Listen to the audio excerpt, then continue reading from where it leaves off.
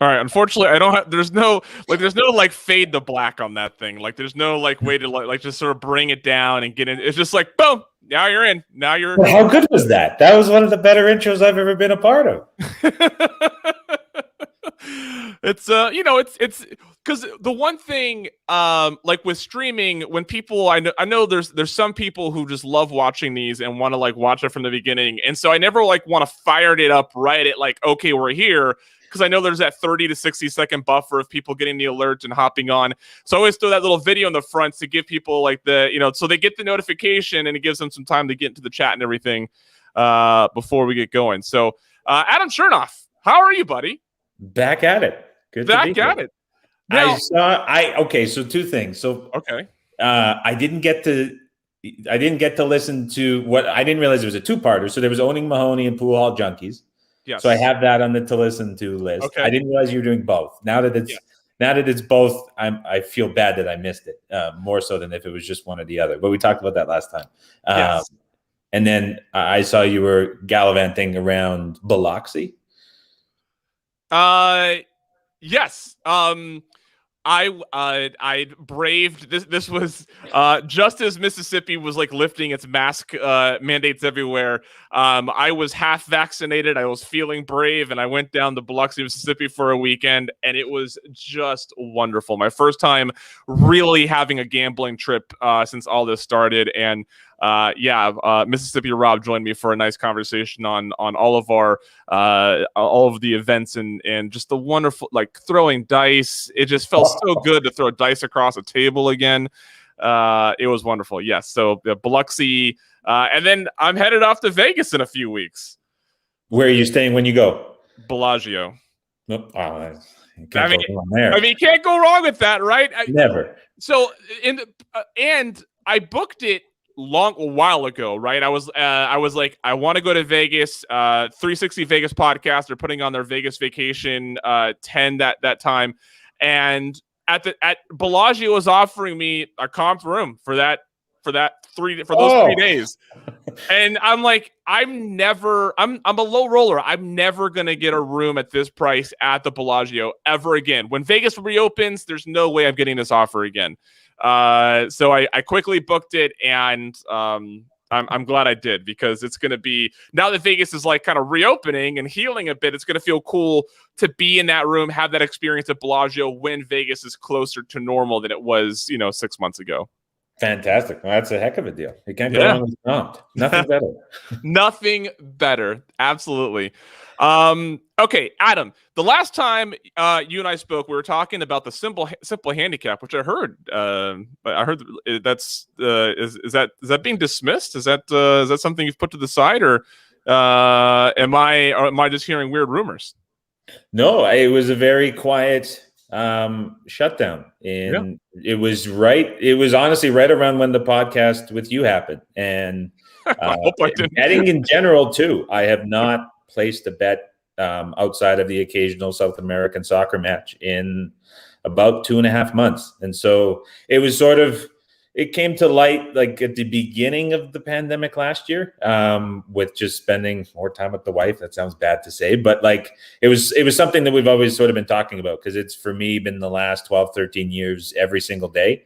And right around the time we did the show back in March, there was a company that I have a lot of respect for that we got in contacts, and there was an opportunity to do something with them. And so was chatting with the wife, and it's took a right turn from betting for the first time in almost a decade and a half. And so I've been with them now for 2 months in a product role. And so that's been a big life change, but sort of back into, I guess, where I've sort of thrived quietly in the past, for sure. Yeah. Well, so I take it you didn't have a bet on lefty for the PGA. No. And honestly, like outside of golf, which I love watching and I love playing, just watching sports in general has taken a back seat too for the first time forever the last couple of months. So it's been probably the healthiest, I would say, like physically and mentally, I've been in a long time, just with like time off and stuff, but it's been fantastic. Yeah, well, good for you. Bogan, by the way, bragging about his 2 nights of Circa and 2 nights in a penthouse suite over the same days that I'm getting my room at at Bellagio. So not everybody gets the Bogan Painter experience, but I'm A comp excited. is a comp. A comp room is a comp. Is a comp. That's right. I've, in my early, years ago, I would say if I spend too much time in my room, what's the point of going to Vegas anyways? But I have reached a point in my Vegas trips that I do like having a comfortable room to be in for when I do decide to be in there, even in the mornings or retiring early for the night or something. So rooms matter a little bit more to me now in my 30s than they did in my 20s. But okay. We had spoken about game design. We had stumbled across this, Adam. I had no idea this was a part of your life until we stumbled across talking about this virtual poker table that you helped design. I actually had the opportunity at G2E in 2019 to look at it. And I actually have a little video. It's very, very short. For if anybody's curious, like what a virtual poker table, what does that mean? It's literally a virtual poker table. You use your thumbs to hit a button to reveal the cards. This is what it's like using it.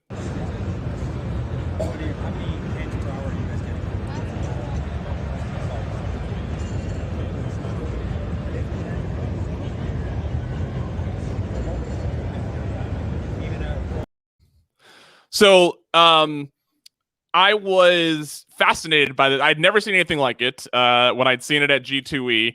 I did find the and I'm going straight to this poker table to jog everybody's memory from the last conversation. It was like with the way the button was placed, and like you were talking about, like with the effect of sort of where the screen is to where the button needs your thumb to be and stuff like that. It was a little difficult to like get my thumb with my hands shielded. But otherwise, the experience. I mean, we played a couple rounds with the guys that were there playing with us, and I was pretty fascinated with this poker table, and I think I'd mentioned I'd actually like intended on doing connecting with whoever was representing the table there, and on an interview, I had some like weird email thing that like I would see their email pop up. Like I'd get a notification that I'd get an email, "Hey Tim, following up," and then I'd log into my email, and the email would be gone. And then look at this, it's Kismet. 2 years later, I meet one of the designers for the game. So we can talk more about that and then other experiences. You have a couple more games that have hit casino floors. So let's using the poker table first, since that's the frame of reference that most people have from our last conversation. Where does this start? Like, like, are you sitting in a room like, hey, here's an idea? Or does someone come to you saying, hey, we have an idea, we want you to develop it? Did you bring it to someone else? Like, where did these start? So this product specifically started before I got to the company, and it was actually born probably 15 to 20 years ago, early 2000s, as another product that was called the Poker Pro, which was developed by a company out of Nevada called Poker Tech. And through a strange culminations of events, this company that I was with, and I'm no longer with them. I've been away from them for about 1.5 years now, 2 years. Okay. So people will be able to sort of figure it out, but I'm just going to dodge names. I still know people working there. I'll keep it kind of level in that regard. And so this company we all understand the diplomatic relations that come with being in the profession. Yeah. So they acquired it through a deal. They were actually an online gaming company, and they had software for a number of different casino games. And they were powering Tiger Gaming and a couple other websites back in the early 2000s. And so they acquired this table that was made for specifically cruise ships and the cruise line industry. And so they had deals with all of the major cruise lines, and they were replacing the old product, which was quite antiquated because it was really unchanged. It was regulated around like 2005, 2006, and had served the cruise industry as well as some casinos in the States for like 12 or 13 years. And like there's something to be said about like an old Williams Bluebird Cleopatra slot machine in the high limit room it doesn't change a lot visually, but when you're starting to look at like old VGA cables and monitors that are clunky and slow touchscreens in an era where all that tech had progressed, it starts to look really bad on the floor. And so the cruise lines came to the company that I was with and they said, can you update this version of it and give us something new? And the company took it on because they had poker software from the online casino days that they had powered. So they saw a marriage between the two. The team had about 10 different developers that started on the project about a year and a half before I came into the picture. And so there wasn't a lot of casino experience. There wasn't a lot of regulatory experience. It was a bunch of incredibly talented developers who made games for online casinos who were now tasked with putting it in a physical body and putting it on a casino floor without that sort of casino and background knowledge. And so when I came into the picture, which was in 2017, they had just put the first table of the new version on the first cruise ship, which was a small one that sailed from BC, Canada to Alaska and back. And so it was like an elderly cruise line, low volume type of game, but it was sort of the testing ground for it. And so that's when I came in. And I had been pretty heavily involved with casinos and I understood the procedures of casinos, but honestly, I didn't have a lot of like game design history. It was a right spot, right time situation. And so I came in and was put in the product manager role. And it was basically like, take this where you want to take it. And so really from like a starting point, it was like, okay, how do we take this incredibly interesting piece of technology and make it relevant for anybody that goes into a casino? Because right now it's just cool, but like a lot of great gambling machines aren't cool. They're efficient at what they do and they serve a purpose and really cater to the gambler and set them up to play. You have to have that. And so it was like, it was a difficult challenge because like I really had to like dumb down a lot of it and explain to these developers who did a lot of terrific work why so many of these cool ideas could not be regulated or just could never work inside of a casino. So that was really the starting point. I'm glad to hear you point that out too, because I mean, look, we've all seen people at a video keno machine, right? Sure. And people play that on a regular basis, and there's nothing cool about that. No, and that's an interesting thing we can touch on later in terms of the patents and why those games have not changed forever and how they're locked down by the Moody deal with IGT. But that's exactly it. But the great thing about that machine specifically, we can all picture the different versions of video poker in our head and the blue screen and the dings and the noises. It's one of those things. It hit every single one of the key criteria to what makes a gaming machine successful. It got patented through and through, and it's held true in the industry for like 45 years and has been a giant moneymaker for IGT. It's almost like it's almost like the older the video poker machine is, the more interested a lot of gamblers are into playing it. I feel like those are the one, like, yeah, it's always funny when I see people posting from like bars in Vegas where it really is just a really small like tube television almost with like a few buttons that you can use, and people sit at those things for hours. Yet the big I forgot to load it into the stream here, but one of the things that was at G2E a couple years ago was this big arc-shaped slot machine, right? When you sit there, the screen would go up and all the way over your head, all the way over into the seat behind you. And I was like, yeah, that's cool. I promise you that's not going to be, no one's going to be in that seat as often as you're going to be at the video poker or the top dollar machine or these like old tried and true, like true gamblers. They come here on a regular basis to play these games. And I would hate to see, and I know you have some experience with machines as well. And I'm these questions may start going all over the place from here on out. So, okay.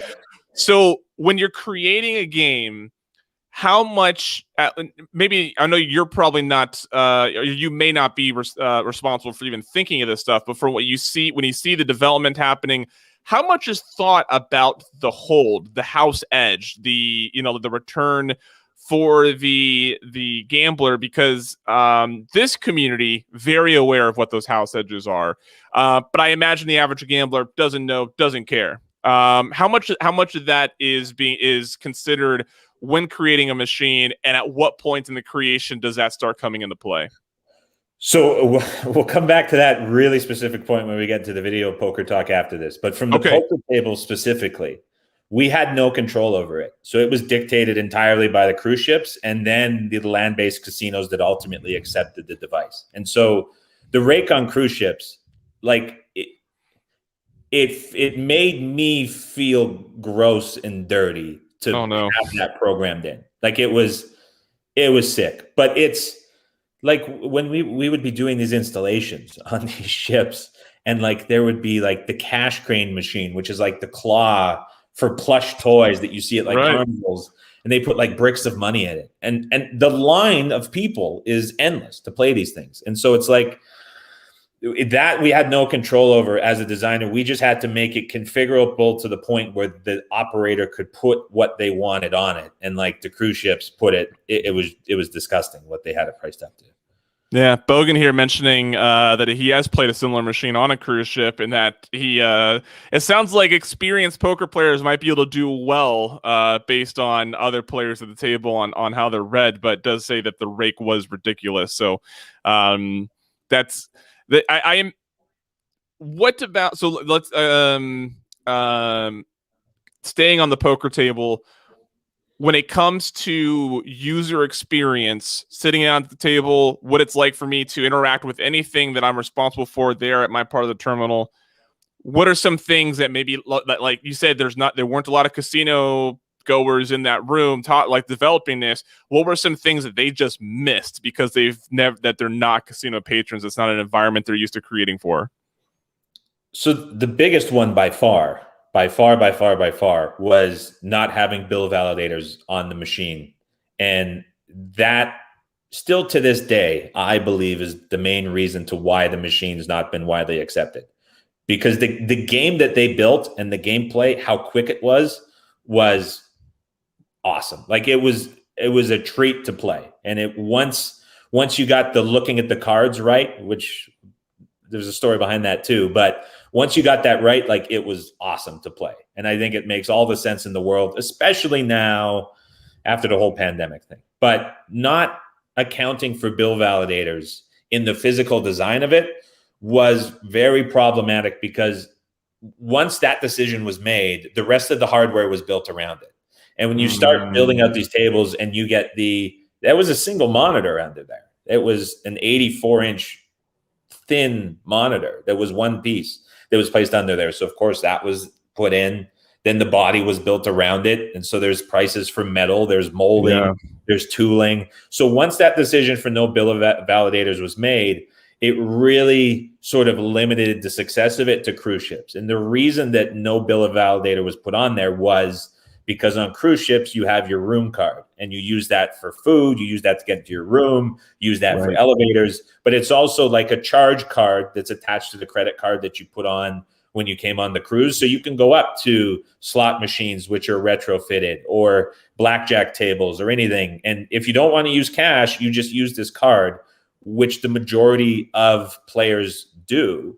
And so they made this poker table to fit specifically for that.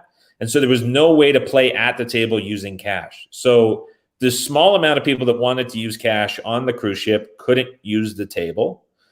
And the people that could use the card obviously could. But when you take it out of the cruise ship environment, it's very difficult to go to any casino operator and say, here's a gaming product. We need to put it on your floor. But by the way, it has to use this payment system that no other machine uses. And the difference between this and a slot machine is those slot machines on the cruise ships had the same sort of interface put on, where there's like the rewards card in the screen. They just pop that out and then they put the cruise ship one on it so you can charge your card. But there's still the option to just go up with cash and put it. So these machine companies would take their older machines, or they would sell their current ones in stock as is. They would ship them off to the cruise ships. The cruise ships would take them in, put them on the floor, pop out the little piece of metal, put in their SMIB, the slot machine interface board, hook it up with their cards, and they're good to go. With this, it was a full integration with the network inside of the casino, and that was really problematic elsewhere. Okay.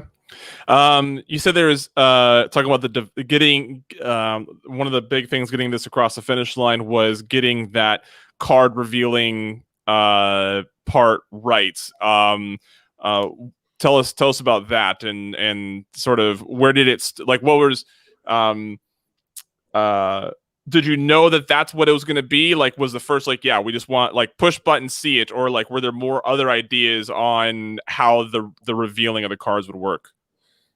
There's an interesting video online if people are listening and they're really into this, and it breaks down the first level of the very first game of Mario, like the one for Super Nintendo. And I think we can all remember, and you jump over and there's the guys coming to get you the blocks. You ultimately run up the stairs and then you jump and you grab the flag. But what's interesting is the developer who made the game for Mario built that first level intentionally to teach the user every single thing they need to know about how to play the game in the easiest manner as that level. So in order for the user to progress through that really easy first level, it automatically teaches them how to do everything they need to do within the game. And it was strategically made for that, so you don't have the questions or the understanding that's needed on the side. When you think about, for the most part, every slot machine on the floor, the functionality and the play is quite similar. There's a learning period to understand how the bonus works, what triggers it. But in terms of going to a machine, sitting down, funding it, and playing, you can once you know one, you can essentially do it for everyone, and they're all very basic to learn. The biggest issue with the poker table was I mean, you're used to cards and chips. The betting and understanding how to do that is easy enough. But when the cards come at you, and then you're looking at them, you obviously, there's the element of protecting them from the other people around you that are trying to see it. But to explain and get it so it was intuitive that you put your hands down on the screen and then trigger it with your thumb as a two-step motion was incredibly difficult to do. And so there was a lot, I would say there was a lot of testing done, but I was too inexperienced at the time to realize how much testing needed to actually be done. And so it took a very long time to get to the solution that you showed in the video, which had the pulsating circle and sort of the prompt on where to put your hands, which it worked significantly better than what was there initially, which was a very minimal approach to it. But getting people, first of all, comfortable enough to use a different payment method than they would elsewhere. And then second, comfortable enough that they're doing something different with the cards, which is such an integral part of poker, obviously, that they're not compromising their play and allowing other people to see it. It was a very tough combination to solve. And I think the solution that it had when I left was sufficient enough, but there was still a little bit of a ways to go.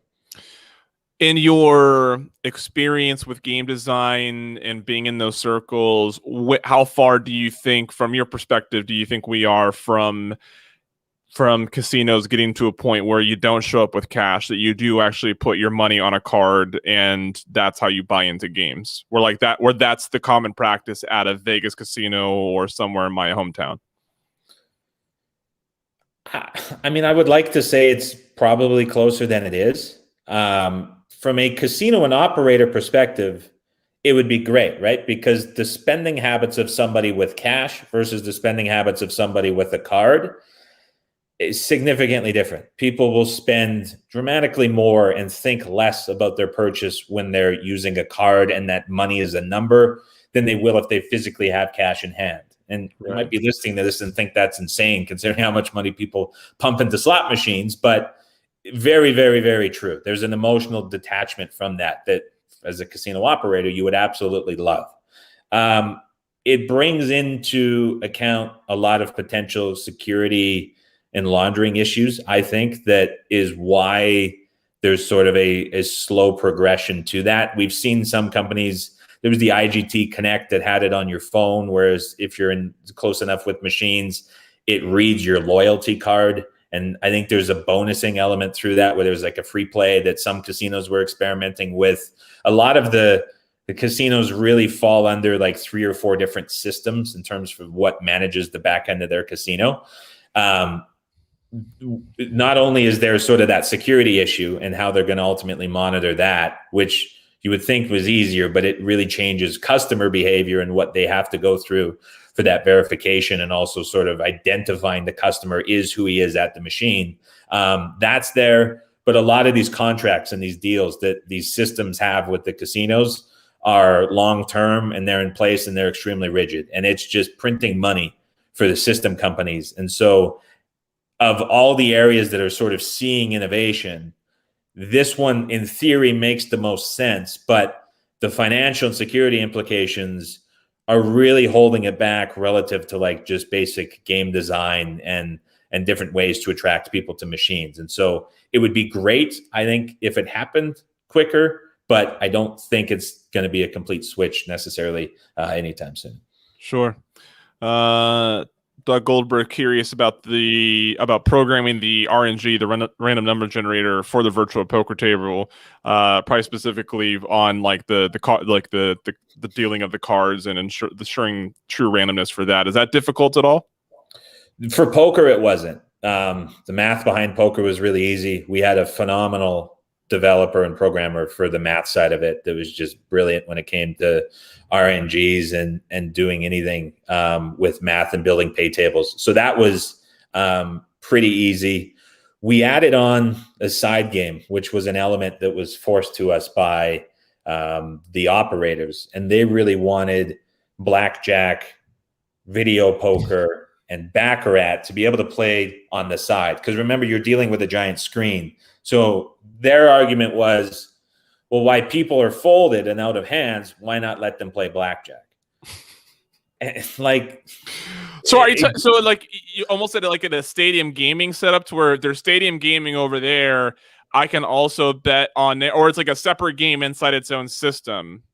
Well, it was two games at once. So it was like, the idea was if you're sitting at the poker table, you probably don't want to use your phone, which proved to be not true. But while we have your attention and you're sitting out waiting for the hand to finish, why not hit a button and pull up blackjack or baccarat and play it on the side? And so that was ultimately implemented right as I arrived. They went with it and really ran with it. What ended up happening was people would just sit down, they would join the poker game, sit out, and they would pull up the blackjack game because it looked better than what some of the alternatives were on the ship.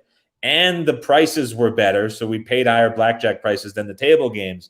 So you would have like 4 people playing a poker game on one side, and then like the other 6 seats were people playing blackjack. And so it was like, it was a very confusing thing, but it was harder to make the pay table for the other 3 games than it was for poker. But what the challenging part was, I ended up doing away with that because I was like, you can't have like 3 different games at once within a poker game.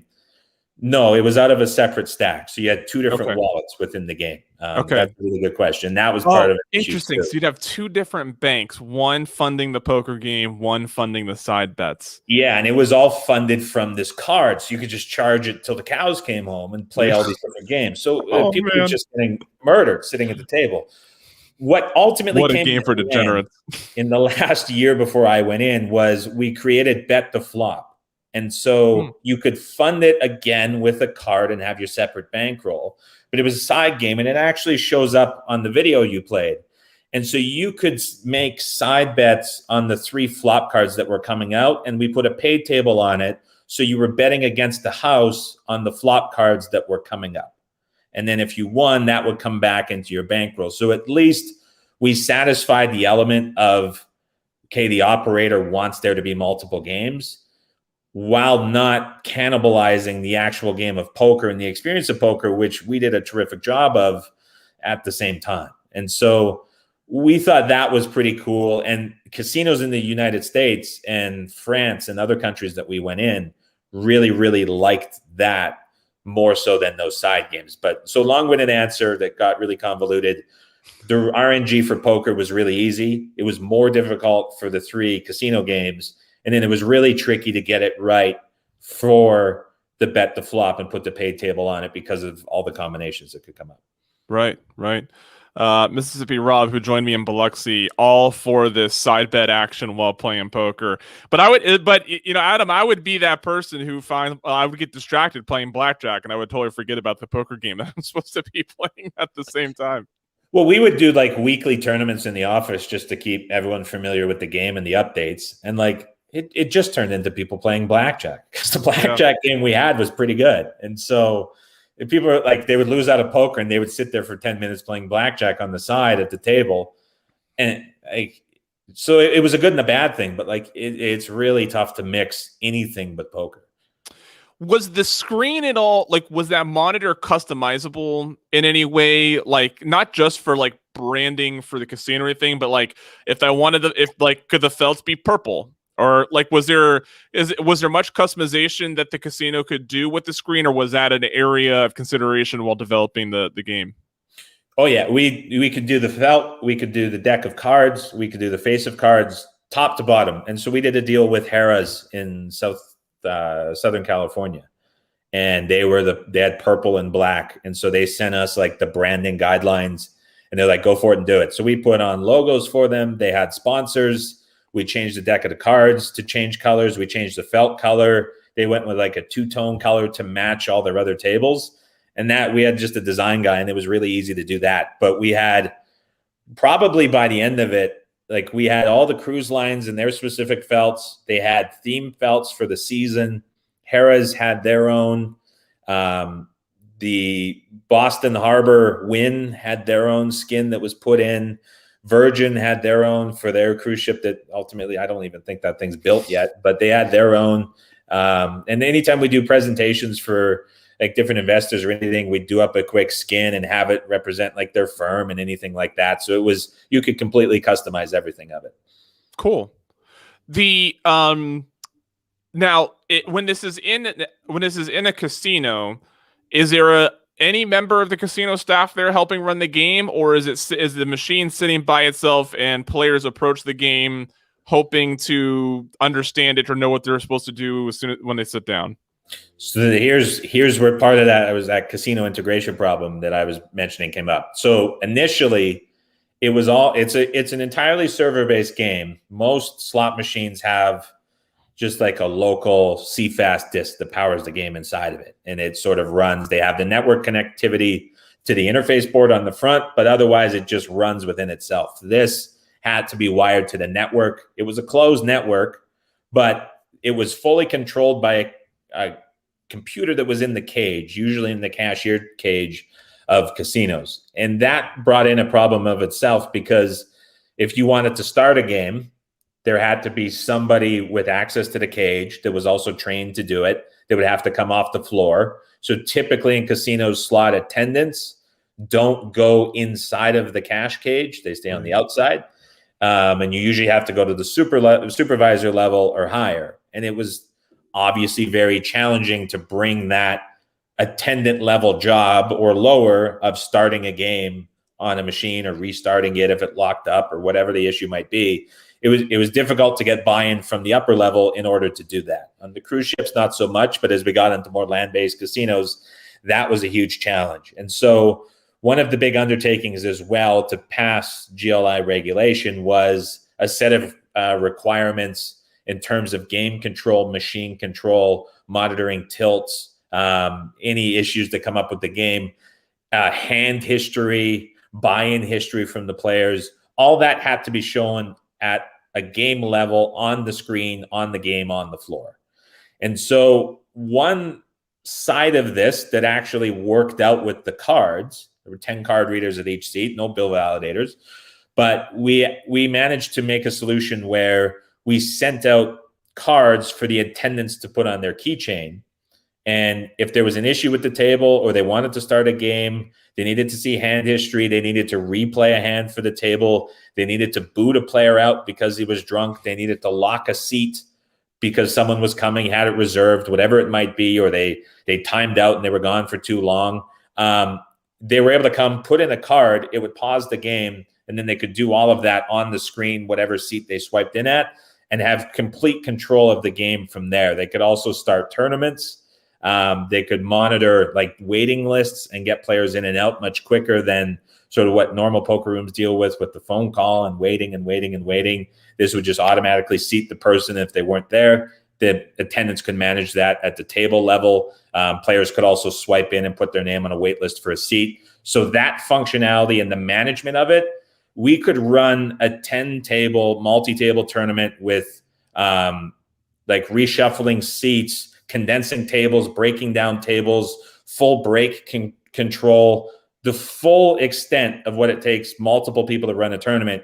You could do that with one swipe of a card and click start, and it would fully manage itself from start to finish. And we could do up to 100 seats. And so from the poker room perspective, it's like, we want to have a big tournament.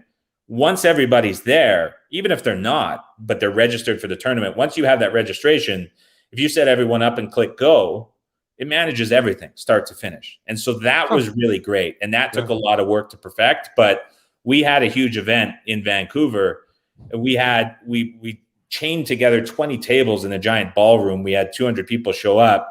And once it started, we just sat there, and it took like 9.5 hours, and it fully automated itself start to finish. And so once we had that at the table functionality built in, which was like an 8-month undertaking, that's when it was really good. And that's when we were able to pass regulation to come into the States.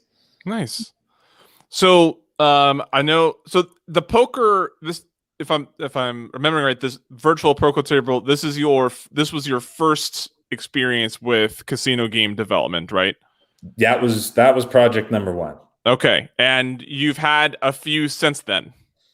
I've had 2 more. Yeah. I've had 2 more since then. How much are you allowed to say, like, are you allowed to say which games they are, or no?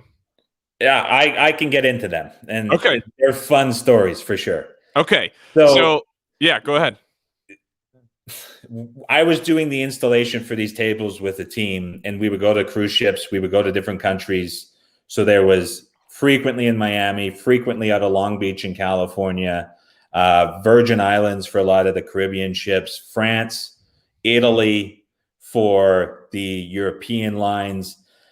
And there was one guy that was really controlling all of this, and he was based in Miami. And one time we were doing an installation in Miami. We were sitting inside of the casino, and he was sort of chatting about what's coming next. And he was explaining to me, like, look, we have all of like this limited space to jam a casino into, essentially.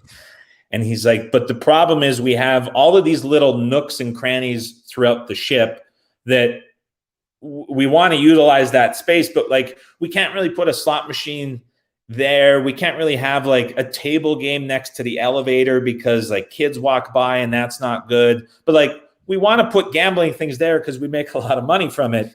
So like, we're thinking about trying to make like odd size machines and games and put them in unfamiliar places and try generate revenue from that. And so I was like, well, let's like show us what you're thinking or where you are. And so we went up to like the top deck, which is the food deck and the pool. And he's like, so there's all of this wall space. Like, wouldn't it be great if we could turn these into like slot machines without putting a $3,000 slot machine on a deck where it's going to like rain and get covered with, and you're going to have security. And so we took that back, and we were sitting and we're like, how can we make a game? Like, people are like, there's going to be a table right there where there's kids having like burgers and fries. There's going to be parents running around trying to keep track of their kids. Like, how do you, the big challenge with slots and table games is the attraction factor.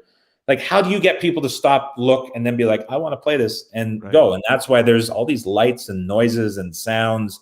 And there's so much testing done on that to be like, how can we get a person in this spot? And so one person of my, like, who do you want to meet before you die? Her name is Natasha Dow Schull.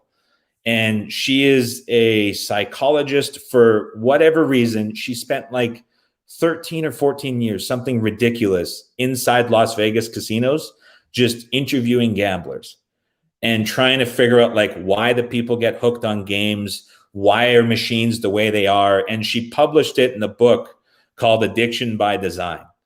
And a lot of what was written in that book like 10 to 12 years ago has fundamentally shaped how Facebook was made, how Twitter made their app, how Instagram made their app. And this is sort of becoming more common now that it's on Netflix and things like that. But all of this work stems out from these enormous studies that she did going through all of these casinos. And she determined that every successful gaming machine hits 3 factors, and it's speed, isolation, and continuity. So the play of the game has to be extremely quick. You have to isolate the person by themselves and give them the right visual and audible cues that keep them focused on the game and in the zone, as they call it. And then the continuity between plays and games has to be quick enough. And so I did a lot of work on trying to understand these 3 factors and how we can look at them. But then also how do you put it in such a foreign environment? And what we ultimately settled on was the idea of turning Candy Crush into a slot machine game. And the logic behind that was it's the most popular mobile game that exists. And so we know people know what it looks like.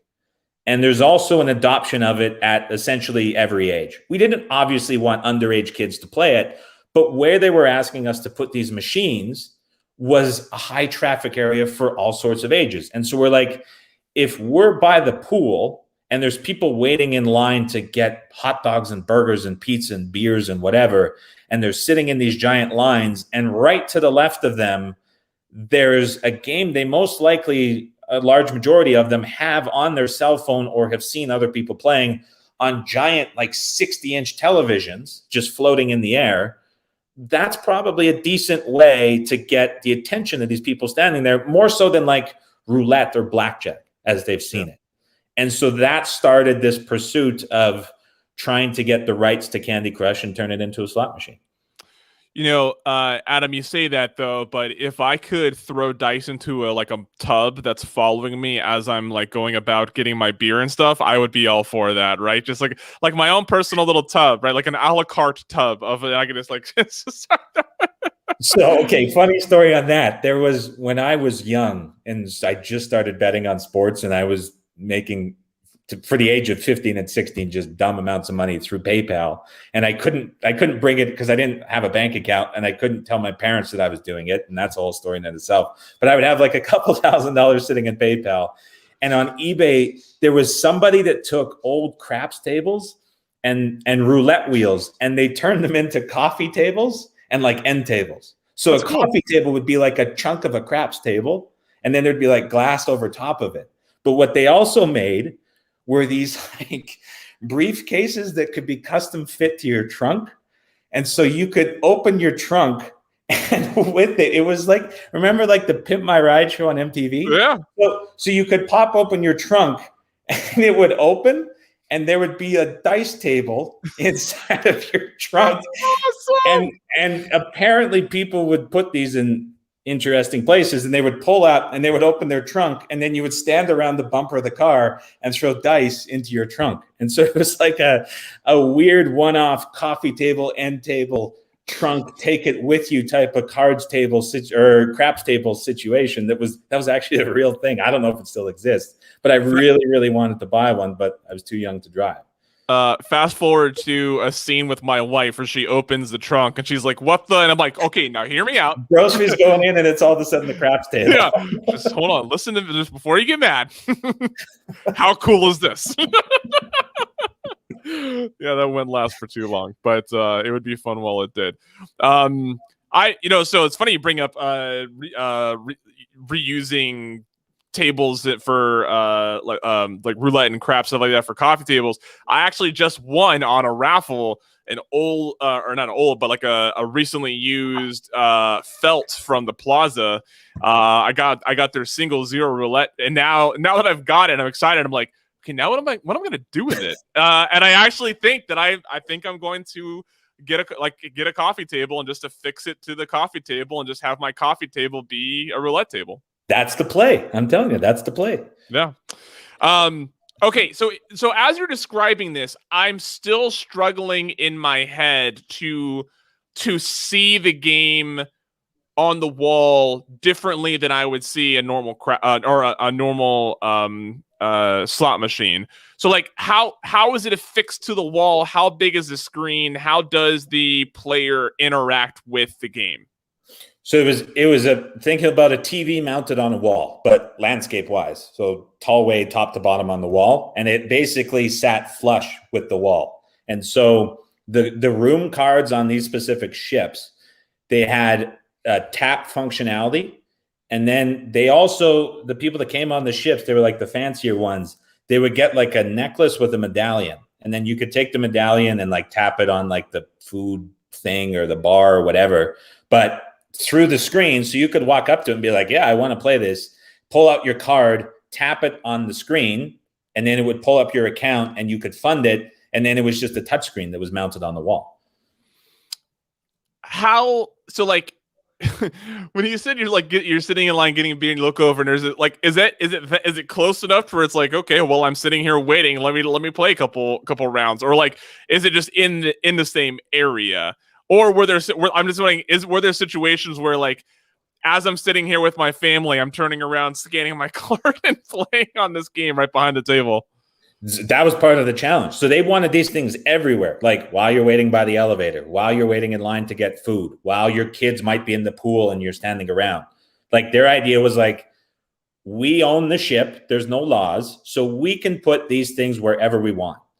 And when it comes to again, going back to those three factors that Natasha Scholl mentioned, when it comes to the isolation and trying to get the best games, get gamblers in the zone. It's what the game developers want. It's what the casino operators want. It's what the players want. That's what they want to feel. That's why people gamble. Like the chair is the most important part of a slot machine because you have to keep people comfortable for a long amount of time. It's so true. When you're standing in bathing suits and it's 95 degrees hot because you're sailing off the coast of Jamaica and you're standing in front of a TV, your willingness and how you like feel about gambling is very different than if you're in a dimly lit room inside of a casino environment surrounded by casino players sitting in a comfortable chair that puts you at the optimal ergonomic position to play a slot machine for 15 hours while you forget about time. And so that was it was a huge challenge because not only is there, like you said, the crowd factor around you, people being like, what the hell is this guy doing? And there's also a very different environment and a very different feel. It became just an enormous challenge to get any game to fit within that. So I don't know. So when you're talking about these three factors that keep someone at the game, and one of the in the things that they do, the collective of the three, it keeps you in the zone, as you said. It makes me wonder. One, it makes it clear why it's so difficult for them to like really attract people to electronic craps and table game, roulette games, because there's only so long. Like I get so bored at a stadium gaming or a electronic gaming scenario for roulette or craps or blackjack even. Do you think that component is what's going to keep table games alive, or do you ever think we'll get to a point where, because it's so they don't need people enthralled with it constantly because what they're saving on an electronic roulette game is so much more than having to staff a roulette table? I think it depends. So the gambler that's typically going to be like a higher stakes player, I think is always going to be drawn in by being able to touch the cards, by trusting the game, by understanding it. The same thing goes for any advantage player or someone who's trying to be an advantage player, whatever they're utilizing, bonuses, anything. There's always going to be that you're going to need to trust the game to an extent. And I don't think that that's ever going to go away. Yeah.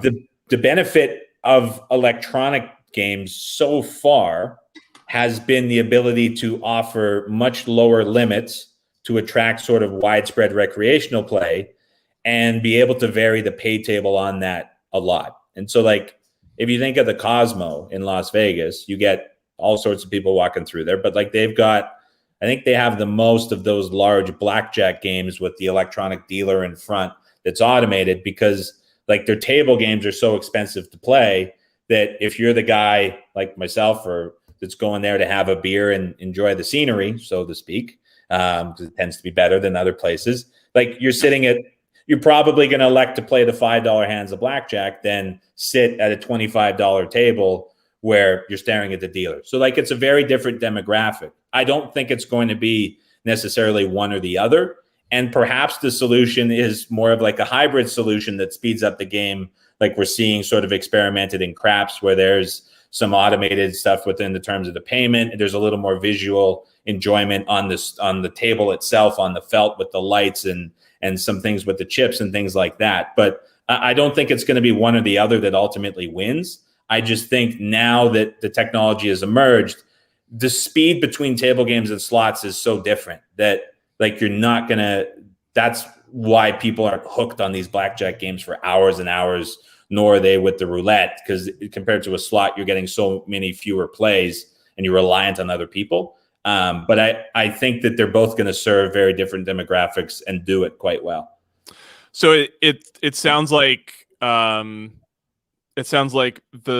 more technology comes into the more we see virtual table games, the more gap we're gonna like. So the low rollers may come to a point where they have to play a virtual game if they want to stay at a certain threshold versus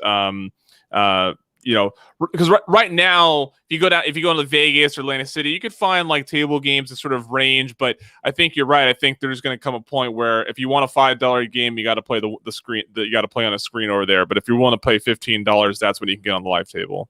Yeah, and like if you think about these sort of more upscale casinos in Las Vegas or wherever you want to go, like what's more beneficial for them to spend X amount of salary on a cocktail waitress or a waitress that does bottle service selling a $500 bottle of wine or champagne, or a similar amount of salary on 3 different dealers at a blackjack game that brings in a fraction of that revenue, right? And so these electronic table games, they counter that by raising up the limits, which is great. If you can have minimum of 25 across the floor, that's terrific. But then it alienates a lot of the recreational guys that come in that want to play.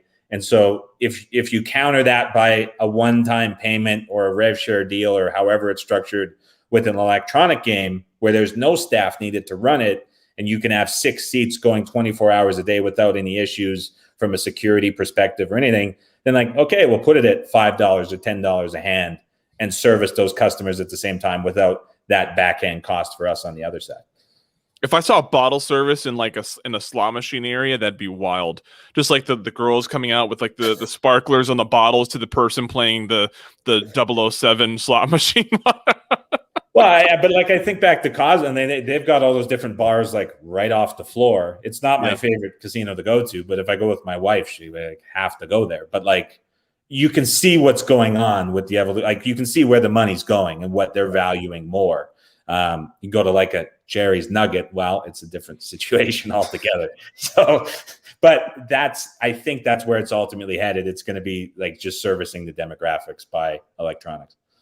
So we mentioned video poker early on and how it has that very like for decades now it's been that blue screen with the almost the 8-bit display on the cards and stuff. And you mentioned that has stuck around for a while for a reason. Is that to say that I'm not going to see a huge evolution in my video poker game as the time comes? Well, and so just to finish off with game number 2 here. And I'll lead into video poker. So we could never get an agreement for the Candy Crush patent. There was another game that was very similar called Jewel Quest, essentially the same thing with a different theme. And we were like, it was signing day for the papers. We had the game made. We did all of the math. It was awesome. And we had it on this great monitor. Like I had like the prototype in my office next to my desk. While I was there, I guarantee I spent more time playing it than anything else for no money. Like it was awesome. And I loved it. And it was visually appealing. And we had a bonus for it. It was terrific. And so it played just like Candy Crush would on a slot machine. Signing day came for like the signing over of the licenses. All of a sudden, there was a third party that emerged on their side that had previous potential ownership of the game. It muddied everything, and that ultimately fell through only because of the financial agreements around it and just our CEO not being able to come agreement with them. And it just became a clouded mess. as games like this that involve a sponsorship often do. And so that fell through, and the project, because they liked what we did so much, pivoted to, well, let's just make a ridiculous video poker game and slap it all over. And if they don't want to play it where they are, then they won't. But if they want to play it, then we know it's our highest revenue game. Let's just build it out. Let's make it look terrific, and we'll go with it. So we said, great, because we already have the video poker software from the online days that the company was in. So like the software was built, the RNG was built, everything was ready to go. And it's like, let's just figure out how to put this on these monitors the best way possible, and we'll go from there. And it was about like a week into it that we were notified that there were patent issues around video poker. And I had no idea the patent side of games, especially casino games. Yeah. It is incredible. And so this came from like a business analyst within the company, and like the link hit my desk, and I was like, okay. And one patent led to another, led to another, led to another. And I mean, it was like, never mind just like the layout of like, here are the cards and here's the pay table. It's like, there's patents on the words in the pay table, how big the pay table is, the speed at how the cards come out, the placement of the cards, what you can put in front of the cards for hold or keep, or any of like the verbiage for that, completely locked down. And when you get into this story, there was, I'm positive his name was Edward Moody. And it was a guy who like came up with the idea and went to IGT with the idea years and years and years ago for the first video poker game in like the 70s. And like it was just like his idea. And he's like, here you go. What do you think of this? And they signed an agreement with them. IGT went with it. And this guy has been collecting royalties on all of the video poker games they've ever produced for like 5 decades. And he's got like, he's passed away now, but he has like a trust. Like he has a royalty on the most successful gaming machine of all time and all of the variants for it. Cause like he thought of this decades ago, and they patented it to death. That's a tough word to say. But like, if you look at like the E&K gaming surveys and studies that show like the manufacturer share in casinos across America and the world, like if you're looking at like high limit slot games or whatever, it's separated between 4 or 5 major manufacturers. If you look at table games, it's a similar thing. If you look at the systems and the revenue, it's similar, 4 or 5 companies. Then you get to the video poker page, and it's like, here's the pie chart. There's a little sliver of red for Interblock that represents 1%, because they just were like, screw you, we're going to do it anyway. And then it's like 99% blue for IGT, because they just dominate video poker. And it's within their slogan, and they know they've got it patented. There's the word again. They've got it completely covered, and there's no reason for them to change, because the game just works. It is the perfect textbook example of all 3 of Natasha Scholl's factors to what makes a game successful. It's the quickest game you can play. It's the most isolating game you can play. And the time between games, like, you just hit spin over and over and over, and that's it. And so like they nailed those 3 factors as good as any company ever has, and there's no reason to change. So I don't know when that's ultimately going to change or what's going to require it to adjust. I think eventually those patents expire and there's more to it. But like, if you go down that side of the story and read into it, and I don't know all the details any longer off the top of my head, but good luck trying to make any variant of video poker that can compete with those patents and still represent something that people know. Yeah. Bogan coming through. Ernie Moody, founder of Action Gaming, who you're referring to there. Video poker, it's so easy to sort of just get in the zone with video poker. Just, draw, hold, deal, or deal, hold, draw, deal, hold, draw. And the first thing that I do, and it's so funny that speed between game matters here, because when I'm at a table, I don't really care for a quick game. I just let the game sort of go as it does. But when I'm at a video poker machine, the first thing I do is hit the speed button to get it up to the fastest speed so I can start cranking through hands. That's it. Yeah, and it's like this. If I hit my first, if I play my first game, and it's like doot doot doot doot, I'm like, oh come on, speed. Like I get it. No, at the third card, I'm like, come on, speed this up already. Yeah, no, and they absolutely nailed that. And you can't think of a wildly, not even wildly, like moderately successful game on a casino floor that doesn't nail all three of those factors. It's when it comes to designing these things, it's literally that simple. Get the game that satisfies those three and put the user in the most comfortable position in his chair so he can play it for a long time without interruption. That's it. Are there rules, regulations, reasons why a company wouldn't do this? Now, I don't play a whole lot of slots, so maybe this exists in other games and just not the games that I've played. But there was one time where I was playing a game. I was playing the Harley Davidson slot machine. It was in an advantageous state, so I sat down to play it until the bonus hit. And I just got so annoyed with hitting the spin. I just wanted to choose like a automated spin option. Is that a thing that slot machines use? It is. Yeah, there's some that have it, and the reason that they tend to have it, so it'll be like those the bonus games where it's like that slow drip bonus, and it tells you when it's going to pay out. And what they found with those is the ones that count up to get to the bonus before they pay and it displays it. People just want to do similar to what you were doing and sit there if they think it's in an advantageous state. What they don't realize is it's almost not. It's just a really good draw. But the people that sit there, they want to play it as fast as possible to get to the bonus. And they often want to play as many machines as possible. So you'll get guys feeding coin in at all the different machines. They set it on auto spin, and then they sit back and they watch. I've been in situations where there was a guy took a bank of 6 machines by a door at a casino here in Canada, and then he went outside of the door and started smoking because you can't smoke inside casinos here, and he was watching them.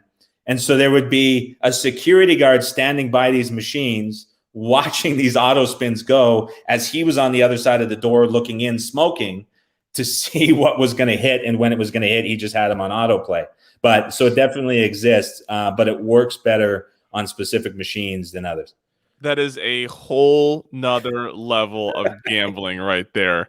That is, I mean, when I make my craps bets and step away and to look on my phone, I think I'm being lazy. I mean, this guy out having a cigarette while six slot machines are going. That's nuts. The whole bank. So, was the video poker effort, was that game number 3?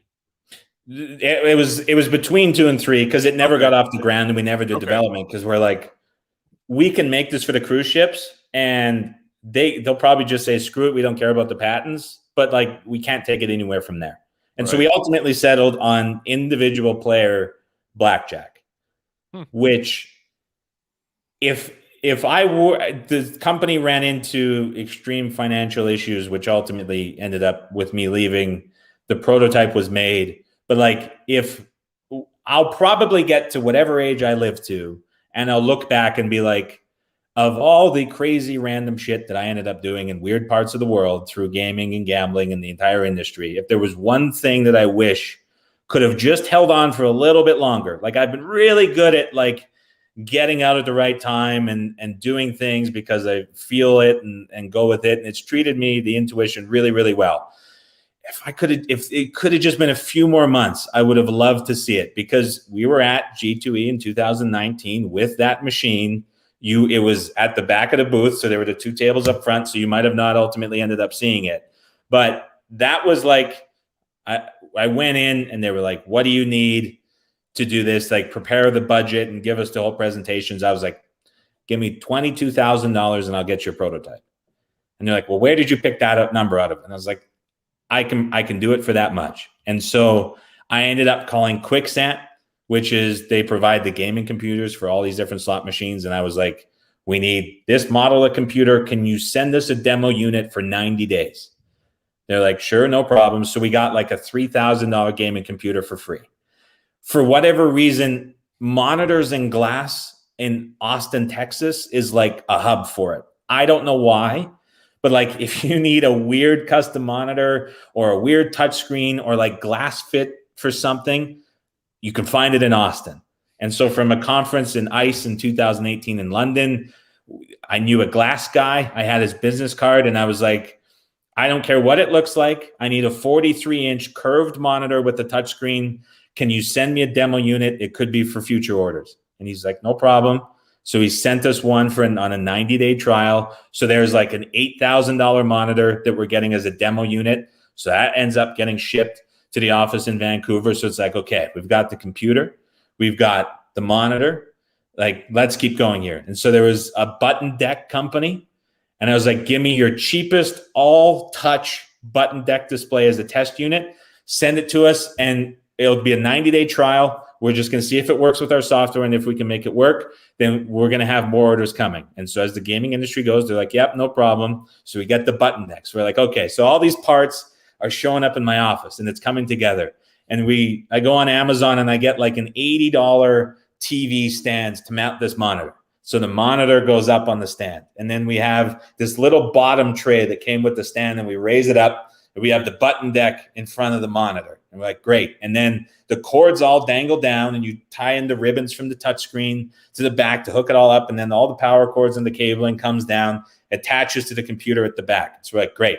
So like, now we need the power supplies. So that was easy. We had a whole bunch from the poker tables. So we get the electrician to come from the warehouse. He wires it all up. So we have the button deck connected to the power supply. We have the computer connected to the power supply. We have the monitor connected. So this whole slot machine thing is coming together in the office, and haven't spent any money yet. And everything's on trial. So we're like, great. And so we have the blackjack game already made. We have it from the online days. And so it's like a matter of working with the design guys to see how this fits. And so we spend like a month adjusting it and getting it to fit within the resolution for the screen, getting it all right. And we're sitting there, and we have everything up, and we're like, great. We plug it in, and we're like, oh shit, we don't have lights, and we don't have sound. We got all these physical hardware pieces, but we didn't have any lights, and we didn't have any sounds, and we don't have an audio engineer. We've never had to do it because the poker sounds were just cards making noises. But we're like, you can play this thing all day, but if there's no lights and no sounds, like, you can't even demo it because it's not going to get the whole feel.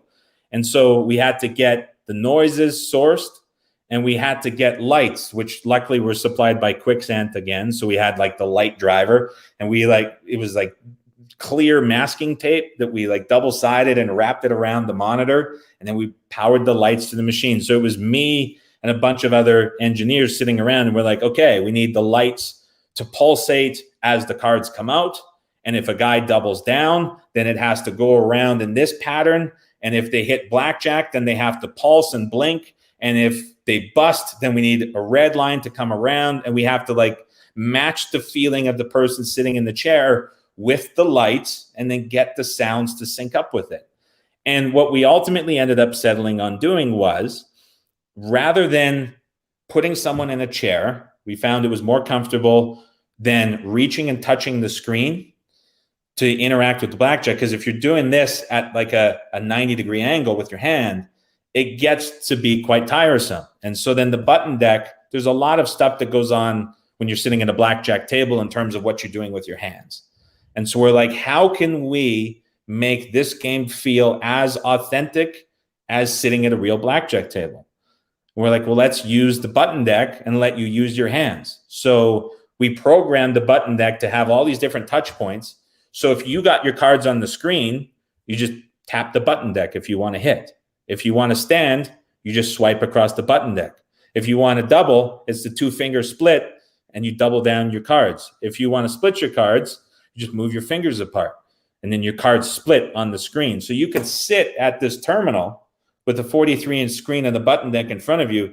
Everything was controlled by touch, start to finish. So it was the same physical actions with your hands and how you were playing and interacting with the blackjack game at a table, but on a machine where you could play 3 times the amount of hands per hour that you would at a very, very fast table. And so we managed to get all these parts on loan, get everything coming together. We had the full demo prototype. We had people from the cruise ships come to the office to demo it. We had people come from different casinos. Steve Walter, who I think he's with AGS now, but he was with Konami for a long time. He was their head of development. learned a ton from him and relied on him back and forth through emails, learning a lot and like, how should this look? How does this need to play? How does this need to feel to get everything right? And like, we crushed that game. It was an absolute blast to play. Everyone that we came in demoed and like, they loved it. It was ready to go for regulation. And we're like, okay, we have to build the cabinet. And with the cabinet came the bulk of that cost to get the tooling done and to get that whole thing manufactured, the cable management, how the doors open, how it balances. So if an attendant opens the door, it doesn't fall on them and kill them, safety testing with the cable and the wiring and anything like that. And the company got to a point where there was a buyout offer given. And they're like, we'll take shares of the company. You guys keep doing what you're doing and we'll take care of all of this because we've done it with millions of machines. It's no problem for us. And I wasn't in the position to negotiate that deal. That was made by a different person and they elected not to go that direction. And we were at a point where we had this awesome game, but to put it inside of the body required expertise that we didn't have and finances that the company wasn't willing to spend, mainly because they didn't have it. And that ultimately ended up to me going another direction. But that to me, that game and how it was built and how fun it was to play and how quick it was, it'll be the one thing I probably look back on later in life to say, like, what if that would have come through with either that deal or the right funding or anything? Because it was awesome. You said that was at the same booth, just sort of in the back behind like the poker table. Yeah. Yeah. Yeah, I don't remember seeing that. That would have been interesting to play. Probably because you looked at it and you're like, well, that's not a slot machine because it was a monitor mounted on a table and we had like a black curtain draped behind it. Okay. And because we had sort of an exclusive agreement with one company to take the game, we had it as like an advertisement screen. And then they came into the booth and we switched it over to blackjack. But when we switched it over, people in the booth were like, it was a head turner because it was that good. I firmly believe that game was as good as I think it was. So you're saying like people from the cruise ships come, there people are playing this prototype. Are you bringing in gamblers? Like, are you bringing in casino patrons to test out a game to be like, what's your experience here? Like, how close to the user do you get when you're developing or testing these prototypes? With that, there wasn't as much user testing as there should have been. And that probably would have come later as the cabinet was built and it was more a focus on like the right ergonomics in the chair at the table or at the machine. But what we did do a lot of user testing with was at the table. And the time that I took it too far, there's at the University of BC, which is right in Vancouver, there's a gaming addiction lab where they like study gamblers who get hooked on machines and try to figure out why and get that determination. And they actually have a metal mesh that they put on people's heads. And then they get them to play machines and they're like, okay, which part of your brain is firing? Why is it firing? Why are you feeling this? And they'll show them all these different games and outcomes and they get like a read on that. And I proposed to them and I was like, can you come in so we can use that and test users to see when they're sitting at the card table, do they react to green or blue differently? When they see the cards, do they get excited when they see this or that? And they had this whole test laid out for them. And on the first call, he's like, yeah, absolutely, we'll do that. I was like, wow, okay, great. And then the next day he's like, wait a minute, you make these games? And I was like, yes. And he's like, oh, of course we're not going to do that. Like, we're here to prevent people like you from. And so I was like, to be honest, like I was surprised that you said yes to begin with.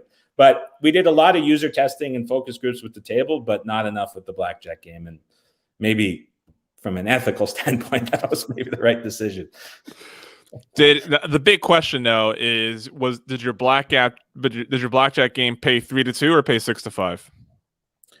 We had 3-2, and then we had 2 different side bets to go with it. And so you could play both of them at the same time. So there was a pay table attached to the dealer busting. So you could bet before the hand, and then you could bet again after you saw the dealer's up card on whether or not the dealer would bust. And so the pay table was hooked up to that. So it was a double bet that you could play for that.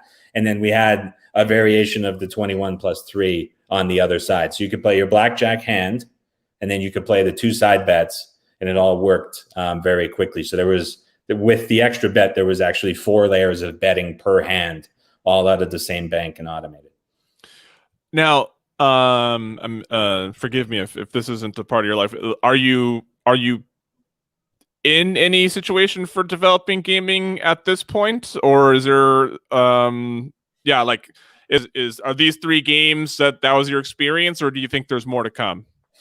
So that's done for now. And the position that I moved into and sort of the life pivot here the last couple of months ago, I was back to betting and doing sports betting media for about a year and a half since that last role out in Vancouver, making those games.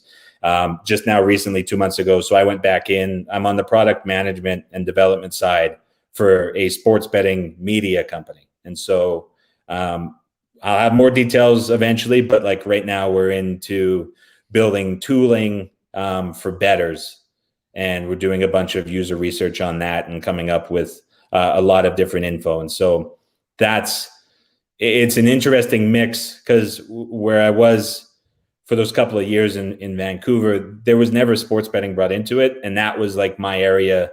As I was bookmaking for 5 years, that was like what I knew best. And so poker and casino was sort of a learning experience as I went. But now, and it's been a weird trajectory for my life where like I've had different opportunities at the same thing, but on like very different scales within like the industry. It's like my first bookmaking job was in Trinidad and Tobago on top of a Burger King and a gentleman's club. And it was a legitimate bookmaking operation. But then that sounds delightful. It was great. Looking like me in the middle of Port of Spain, Trinidad is lovely. But like, I did a lot of really dumb shit there, which led to the offshore industry at like a very reputable, large scale operation, which then led to doing consulting work on the product side with Pinnacle. And then, but like I look back on the product management side, and like it was this poker table that was like basically across the line, which forced me to learn regulatory things, which forced me to learn about user testing, which led to the next game, which taught me about like business and deals, which led me to the full sort of go at it with the blackjack game that ultimately fell apart, which now led me to where I am this time with a very big, prominent media company, with me having all this weird experience and all these failed attempts at things I screwed up on or things that didn't come through. And like, as I'm doing things now for something that in comparison, like doing a tool for bettors and something that I'm working on right now, and I'm doing it with a team of developers who are brilliant again, and the company is terrific. But like, I'm going through it and I'm like, all of that past experience that was so weird and all those failures are like, okay, here's the right way to do user testing. Here's the right way to conduct interviews and get very valuable information back. But I'm not doing it from a space where I'm sort of just learning about it. I'm now doing it to where I'm like, I know exactly what these people are saying because I lived it on the bookmaking and betting side for years. Yeah. And I'm taking that in. So like all the failures on the products that have led me to where I am, combined with the failures and eventual success on the betting side, has sort of come together. And it's kind of put me in a really fun and kind of deadly position to do something pretty cool. So even if this one fails, I still feel like it has a much better chance of doing well. Sports betting media seems to be a popular thing these days. I feel like everybody wants to get into some sort of sports betting media. It's like it's taken the world by storm. It is interesting how offshore, all that stuff like existed, but the United States coming to legalization, I feel like really has brought it to a whole nother level. You're up in Canada. You have a lot of experience in the offshore world. Do you feel that same way, or is that just the perspective I see because I'm in the U.S. and I see what's happening domestically? No, it's for sure the truth. And I mean, it's brought people that always wanted to be in the conversation into the conversation, which in turn brought their audience into the conversation. And it's a culmination of the people with a lot of influence getting into it and bringing the eyes and ears that follow them into it with them as well. And like with that's brought a lot of problems, but certainly this has been sort of the domino to fall that sort of opened everything up. And in Canada now we never thought we would see it because the government has had a monopoly on minimum 2-game parlays and like a 135% markets with a giant hold for decades and decades. But now they're being pressured into it, and we're probably 2 to 3 months away from single game betting legalization of our own here. So like, not only has it brought in a lot of new people, but we're now seeing the influence of what's happening in the States happening here as a country as well. And so it's only going to continue to get bigger. That's exciting. Congratulations, Canada. I think so. It's nice. We'll still make all the same mistakes that have happened down in the States over the last 3 years. We'll probably do it worse because we have a significantly lower population. But I hope we start at like 5% of the mistake level rather than 0. But I have a feeling it's going to be 0. Sure. I just have one more question for you. This one's about sports betting. Now that we've gone here, I'll give people a little bit of time to see if they have more questions for you. By the way, hour and 20-minute mark, you just hanging around. Very, very appreciative of your time, by the way. Both times we've done this, I have not given you a scope of how long I think these will last. And you're just like, whatever, I'm here, let's talk. Honestly, now that I'm not like actively betting, I am wildly irrelevant to 99% of the people who used to listen to me. And so this is the first show I've done in 2.5 months. I don't know who else is going to invite me back to do something, because you're like in this space, you're the only one that's doing topics like this where I can offer anything of relevancy to what I do now. And so if this goes an hour and 20 minutes and I'm invited back for some reason again, I'm happy to do it now, because I'm going from doing 5 to 6 shows a week to like one every couple of months. Do you think the more, Rufus Peabody and Captain Jack, they're Unabated's coming out of their camp. We're seeing a lot of efforts to educate bettors as much as we are trying to. We're seeing a lot of people try to educate bettors when there's this saturation of people who may or may not know what they're talking about. Like you said, everybody wants to be involved in the conversation now. It doesn't mean that they're talking has know anything. Do you think that ratio of sports media who doesn't know what they're talking about to a tool that educates bettors is always going to be so large that the average bettor won't be too informed? Or do you think we'll get to a point where books really have to adjust how they do business because the average bettor becomes more informed? I think I completely agree with what you're asking, and I think about the same question again, but I think the question is backwards. Okay. And what I mean by that is, I think there is an enormous amount of people who think by doing something different than everyone else, they're giving bettors what they want, rather than trying to understand what bettors want. And I think there's very few, if any, people out there who are in some sort of product development role or creating something within the space from a startup perspective that truly know what bettors or their customers specifically want. And I think that aspect of it is extremely undefined. And when it comes to creating the next big product or really changing mind shift or changing the way people think about sports or interact with sports or the media and the content that surrounds it, you really have to know what that is. And I've been victim to it as well, as I see many other people do, is they see everyone doing the same thing. And they're like, okay, we're going to sound different. We're going to take it on it from a different angle. We're going to do something more in depth or whatever it might be, just different from that, which is all that noise that a lot of us hate and dislike. We're going to do something different. And they get traction from that because people look at it and they're like, this is different. This is great. But when you look at the numbers behind it relative to the number of people that bet, it's very, very, very small, and very few people actually do it well.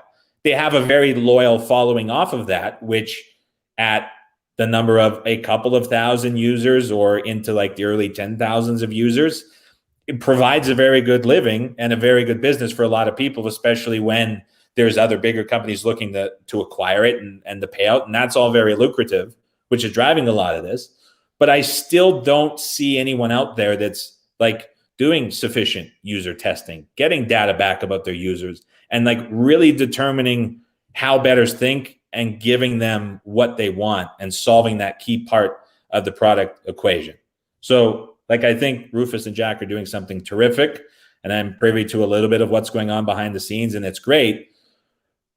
But when we're thinking about the number of people that are betting across the United States and how that number continues to grow every single day, whether it be them or the number of people who have done startups chasing bet trackers that ultimately turned into reminders of how much people lose, and trying to chase that action network sort of tailwind that came off of that, or they're trying to do different things for odds comparison or anything. I don't think anyone's really answered that question to like, what do bettors want, and be able to scale that. And so until that question is answered, I think a lot of people will still do the same stuff that they're doing right now. I think a lot of people will sort of be on the fringe with these products and tools that are very different. But the person that's ultimately going to win, and when we're going to see that big change like you were alluding to, is, and that's what's going to change books and how they do business, is when someone really, really answers that question of what the bettors want and make a product for that. Because I just haven't seen it yet. Lots of cool stuff, and lots of brilliant people doing great things, but we haven't seen that thing yet. It's coming, but I don't know who's going to do it. The lens in which I see sports, it's really difficult for me to see sports betting in the way the average bettor does, because I'm or when I'm evaluating the space, it's difficult for me because I'm not the average bettor, and it's really difficult for me. And it's been a long time since I think I've been able to consider myself that, and that NFL and NBA, and those aren't the leagues I primarily focus on, right? Whereas the average bettor, those are the two leagues are probably getting down on, right? Maybe I'm wrong with that. You're sneaking out 65-1 soccer winners or whatever it was with your the French league there. Thank you for bringing that up. 65-1. That's absolutely right. That was a night. It was one of those days where it's like, you know what? I feel pretty good about that. Like it's like I mentioned in the last episode, it was like this moment of validation of like, I actually kind of I sniffed that one out. I got lucky, obviously, that PSG underperformed all season, not all season, but enough for Lille to sneak ahead. But yeah, it felt good. But yeah, I'm. I look at odds boosts objectively, right? I don't and so when I look at the product in which is being given to us, both from sports books and from the media, it's difficult for me to really evaluate what it means to the average bettor, because once you've made that step out of being an average bettor, it's difficult to see it that way again, I guess. Yeah. No, and in terms of satisfying that average bettor, like prime examples of lack of user testing. Just there's an exchange that's coming to New Jersey. Rather than using the exchange odds that have been perfected by Betfair for like 2 decades, or rather than using US odds that are used by every bettor in America and have been since the start of time in betting in America, they said, no, we're going to change the way that we display odds and how we display it. So every bettor that comes to us has to learn an entirely new way to interpret odds and bet. Like, why? And then you look at all these sports books that come in. You have accounts where you log in, -112 plus or -112 aside. Like, everyone's used to -110. We get it. You're using an automated system from another country, but like, maybe think about what users are used to seeing and want to see, and tailor it to them. Maybe ask that question. We're not seeing it. And I think that's why there's this enormous pool of average bettors that, and to be fair, a lot of people sort of look down on targeting that area of the industry because they think you're going for the sort of lower hanging fruit, and it usually leads to bad practices that have been skewed by other people. But like, no, I don't see anyone answering the question to what those bettors ultimately want. And man, there's just so much opportunity in that spot. Well, I think that's the perfect cliffhanger for what our next conversation could be about, Adam. Because I think where you're going professionally and what developments we're seeing across legal operators in the States, I think that's definitely a great next conversation for us to have, is that user experience as a sports bettor, whether you're in a primarily from state to state, and what that looks like differently based on what the depending on how your states we could get into a whole conversation about like just the different experience that like I have in Virginia, and that just 30 minutes up the road, you go into DC, and what that experience is like with the single operator lottery run system. Right. And so, by the way, Quiet Boy's in the house. Haven't seen him in a while. We just, he's, when you're in Hawaii, I suppose hitting the 5:30 Eastern time is a little difficult. But so Quiet Boy, you're just in time for me to say thank you to Adam for joining me. An hour and 30 minutes, sir. I really appreciate your time. And you're right. This is a segment of the gambling podcast community that absolutely loves what you had to bring today. Because while we may have our app open betting on sports, while we may be going to the book, we're watching those games at the craps table. We're watching those games at the slot machine. Casino gamers that also like to bet on sports. Perfect intersection here at the Better Life. So thank you so much for your time, sir. And until the inevitable third conversation. I'm looking forward to it. I hope everyone listening got some value out of it. And I really enjoyed coming on here again. And now that this is likely the only podcast I do, I will look forward and rest up for the next one in a couple of months. Very good. Thank you, everybody, for watching. Adam, thanks again. Great. Talk to you soon.